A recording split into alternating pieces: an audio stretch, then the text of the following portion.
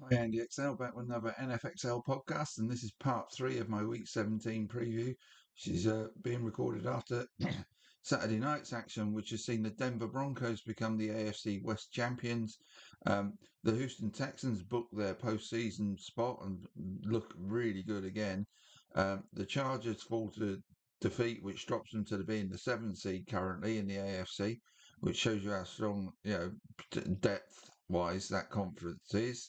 Um, Also, the Baltimore Ravens kept themselves alive in the AFC North, putting the pressure on Pittsburgh to win.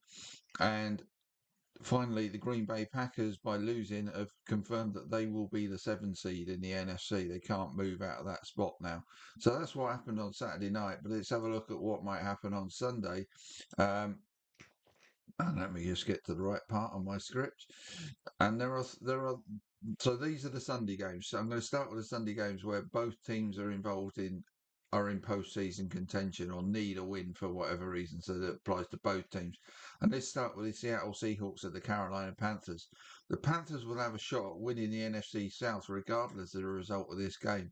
But if they win this game, they will win this division this week if the Bucks lose inside Miami. For Seattle, they need a win to stay top of the NFC West and in possession of the highly sought after one seed from the NFC. Right, let's look at the teams. The Seahawks ranked fifth for both offense and defense, but the offense has been helped out by the defense getting them into good scoring positions. So it's actually the defense that is the team's biggest strength. The Panthers rank a lowly 26th for offense and 15th for defense. So the biggest question for them is can they score enough points to win this game against that tough Seattle D? They are actually the second lowest scoring team in the NFC, averaging just over 19 points a game, and have not passed for more than 266 yards in any game this season. So when they do produce on offense, it is via the run more than the pass. And seeing as the Seahawks rank second for run defense and are the worst team for opposing running backs to face, that looks like it's unlikely to happen here. The long and short of all this is that the Seahawks are just a far better team than the Panthers and should win this game with room to spare. The Seahawks running game should go well against the ninth best team for opposing running backs to face, so that may be the best way for them to get their own offense going here. So I'm going to take the duo of Kenneth Walker and Zach Charbonnet to both have good games fantasy wise in your fantasy Super Bowls. And its score prediction wise, the Seahawks to win it with room to spare, as I say, by 27 points to 17. Now we move on to the Philadelphia Eagles at the Buffalo Bills. Having secured another NFC East title, the Eagles will be the 2 or 3 seed in the NFC post bracket. So they really don't have much to play for. Um, certainly have less to play for than the Bills, who need a win to aid their own ambitions to retain their own divisional title and get some sort of home field advantage come the postseason. The Eagles only ranked 19th for offense this season, are better on defense where they rank 8th, and are particularly strong against the pass where they rank 4th, but on the flip side are only 21st against the run. So the Bills' third overall offense that is ranked top in the league on the ground, should go well against this Eagles defense. They rank 13th on defense, but that is definitely a tale of two Ds, with them ranking fourth against the pass, but 30th against the run. For the Eagles to win this game, they need to keep the Bills' ground game in check, while Saquon Barkley may well need a 100-plus rushing yards game on offense too. Barkley's season high is 65, though, so that seems unlikely unless he finds his form of last season and one or two of those big runs that we saw last season. Both teams are really tough on opposing tight ends, being the worst two teams for them to face this season, and are pretty tough on wide receivers too. So this may just come down to who does more on the ground. And I have to take the Bills in this particular matchup, although Jalen Hurts may well find his way into the end zone at least once. And I repeat the thing I say about the Bills every week. Don't put it all on Josh Allen. Josh Allen. Let James Cook have 20 or more carries if you want to win this game. But I'm going to take them to do that. I'm going to take the Bills to edge this one by 27 to 24, with my fantasy picks being both quarterbacks, Josh Allen and Jalen Hurts, and James Cook for the Bills. Right, quick drink of coffee. And we'll look at the Chicago Bears at the San Francisco 49ers, which is the late Sunday game. Having secured their ticket to the postseason, these two teams now look to upgrade those tickets as they go after divisional titles and possibly the top seeding from the NFC. A win for the Bears will make them NFC North champions and keep them in the hunt for that top seeding. A win for the 49ers would set them up for a winner-take-all showdown with the Seahawks in Week 18, where the winners get a divisional title and top seeding to the postseason for good measure. As I've said before with regard to the Bears, 9 of their 11 wins this season have come in games where they have caused their opposition to turn the ball over multiple times, so 2 or more times. The 49ers have conceded multiple turnovers in 5 games this season, losing 3 of them. So this, unsurprisingly, would have to be a key to the game. I mean, turnovers are always a key, but multiple ones. The Bears have relied on them, and the 49ers haven't done it a lot this season. So most of the 49ers turnovers have come from their quarterbacks via picks and fumbles. So Brock Purdy needs to protect the ball well here, especially as their offensive strength is their fifth-ranked pass offense. Whilst on defense, they've been better against the run, where they rank 6th in the league, which in turn potentially puts the focus on Caleb Williams and his receivers. So they will badly miss Rome Odunze for this game. The 49ers pass offense should do well against the 23rd ranked pass defense of the Bears, as long as they avoid the picks, as the Bears lead the league in getting them.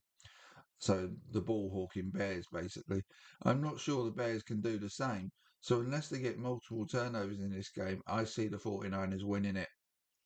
And it could be the wide receivers along with the ever-present Christian McCaffrey that do the damage for them here. Um, if Ricky Pearsall's back, I think he's the type of receiver that could have a good game here, but he's still a question as to whether he's going to play or not. So I'll take him as a fantasy pick if he plays. Christian McCaffrey, as I say, and Brock Purdy, because if Pearsall doesn't play, I think it will just be a shared wealth thing amongst the wide receivers. So, score prediction, I'm going to my favourite score of the season, which I seem to predict a lot. The 49ers to beat the Bears by 27 points to 20. So, so there we go with that one. So that's the 3 games that involve both teams that have something in any regard to play for. So let's get on to the remaining games now, where one of the teams needs a win to boost their postseason hopes, or between teams who cannot make the postseason now. Let's start with the Jacksonville Jaguars at the Indianapolis Colts. The Colts have been eliminated from the postseason after the Texans win last night. The Jags need the win to stay clear of those charging Texans. Excuse me, and to remain in contention for the 1 seed from the AFC. Early morning throat. Let's have another drink. These 2 teams come into this game on opposite trajectories. The Jags are on a sorry, moved me to a screen before I read it. These 2 teams come into this game on opposite trajectories. The Jags are on the climb and on a 6-game win streak, whilst the Colts are on a steep decline following 4 consecutive losses. The Jags are ranked 11th from both offense and defense, but are playing better than those rankings on both sides of the ball right now. In honesty, they look like, I was very doubtful about their credentials earlier in the season, but right now they're beginning to play some really good football. The Colts rank 8th for offense and 22nd for defense, but that offense is averaging less than 20 points a game over its last 5. So a top 10 ranked team is meeting a team that is below average on offense and defense right now. The Colts have been the 4th best team for opposing wide receivers to face this season and 6th best for tight ends to face. So Trevor Lawrence and his receivers should ensure the Jags score plenty here. Lawrence has been playing really well recently. Again, I gave him some criticism when he was playing not so well earlier in the season, but he's really seems to have found his form now. And with the Jags being the 3rd toughest team on opposing running backs this season, the Colts' main weapon, Jonathan Taylor, may be blunted here too, which all points to a comfortable Jags win, similar to one they achieved over the Colts in Week 14. So I'm going to take Trevor Lawrence and the Jags D as my fantasy picks, as the Jags win this by 30 points to 17. The Tampa Bay Buccaneers at the Miami Dolphins. Miami will continue to explore Quinn Ewers as an alternative option to Tua Tagovailoa as their starting quarterback. Tua's time in Miami certainly seems to be coming towards an end. Whilst the Bucks need to win here to ensure their game with Carolina in Week 18 is an NFC South decider that could get them into the postseason. The Dolphins ranked 23rd for offense and 21st for defense, whilst the Bucks have the 20th ranked offense and 23rd ranked defense. That may give this game a look of a pretty even match between two average teams, or below average even. But the Bucks have been decimated by injuries on the offensive side of things until recently. So are actually much better than that ranking suggests, although the road line will need to play well without Tristan Wirfs and Ben Bredesen to give Mayfield to find time to find those receivers. And that really could be the key to this game. That O-line has to give Mayfield time to exploit the talent that he's got available to him. So I'll take... overall, though, I'm going to take the Bucks to have more offensive power than the Dolphins and to get the win they need here, but it'll be a close one. Fantasy picks, I'll say Mayfield has a good game. Mike Evans, K. Dalton, and Darren Waller. Tight ends have done well against both teams here, so that's why both tight ends are in there. Mike Evans is the red zone option, main red zone option for Mayfield, so he could get the scores as the Bucks win 23-20. On to Los Angeles Rams at the Atlanta Falcons. With the Rams' chances being anything other than a wild card in the AFC limited by the fact that the Seahawks and the 49ers meet in Week 18 and one of them's got to win, there is not much riding on this game for them, really, as they know they're going to be like the 5-6 seed, something like that in the NFC. And with the Falcons out of postseason contention, there is nothing much for either team to play for, in all honesty, here. But on the basis of the season to date, the Rams, who ranked first for offense and 11th for defense, should have too much for the Falcons, who ranked 20th for offense and 17th for defense. The Rams have also been pretty tough on opposing running backs, and with Bijan Robinson being the main weapon for the Falcons, that's not good news for Atlanta here either. I don't think this will be a cakewalk for the Rams, although I still see them coming out on top with a bit of room to spare. Fantasy-wise, Matt Stafford, Puka Nacua, and Kyle Pitts for the Falcons. Again, tight ends have done better than wide receivers against the Rams. Score prediction, Rams by 30 points to 20. New England Patriots at the New York Jets. A Patriots team that ranks 6th for offense and 7th for defense should have little trouble seeing off a Jets team that ranks 28th for offense and 26th for defense and is starting a QB3 in this game. But with Kayshon Boutte and Mac Hollins out for this game and Demario Douglas drawing a questionable tag, the Pats' passing attack may be limited here. The clearest edge between these two teams is the run game, though. The Jets being the second best team for opposing running backs to face, and the Patriots being the second worst in that regard. So look for Tre'Veyon Henderson and Ramondre Stevenson to lead the Patriots to an easy win as they continue to strive for the AFC title and one seeding from the AFC in the postseason. Henderson and Stevenson are my fantasy picks as the Patriots win by 31 points to 16. The Pittsburgh Steelers at the Cleveland Browns. After the Ravens win last night, the Steelers need a win here to avoid an AFC North title decider with Baltimore following their win in Green Bay. For the Browns, it is all about if and when Myles Garrett breaks that single season sack record. He needs one more to do so and two more to beat the unofficial record from before sacks were officially counted. The Steelers have been the masters of red zone efficiency on both offense and defense. They rank 11 spots higher for points conceded than yardage conceded, and the 11th ranking from points scored is no less than 16 points higher than their ranking yardage gained ranking. Does that make sense? And Aaron Rodgers deserves huge credit for them being 7th ranked for a passing TD scored, as he uses all his years of high-level expertise and experience to use. The Browns' offense ranks 31st in the league, but their defense ranks 2nd for yardage conceded, but 20th for points conceded. It's partly explained by the offense always leaving them in bad field position, but shows this defense can be good and is given the chance when given the chance to be so. For Myles Garrett watchers, Steelers quarterbacks have been sacked 27 times this season, an average of 1.8 per game, and he has about 44% of the Browns sacks this season. So that would mean he would average out about 3/4 of a sack per game against the Steelers. So this could well be the week he breaks that record. But what the offensive and defensive stats tell us is the Steelers will be able to score touchdowns if they get into the Browns' red zone, but the Browns may well struggle to do likewise. That should mean the Steelers win this game to make them divisional champions and send them to the postseason.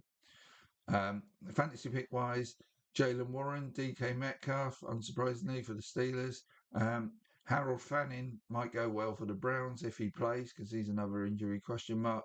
And I think the kicker might get plenty of business in this one. Like I say, the Steelers are tough in the red zone. So maybe Andre Schmidt might have one of his better games if you're struggling for a kicker in your fantasy. Well, I'll take the Steelers to win it by 24 points to 19.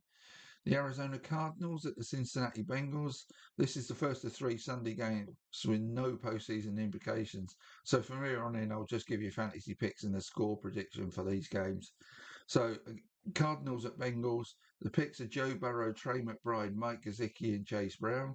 All Bengals, which is how I see the game's going to be, as the Bengals win it 34-23. The New Orleans Saints at the Tennessee Titans. My fantasy picks are Tyler Shugg, Chris Olave, and Tony Pollard for the Titans.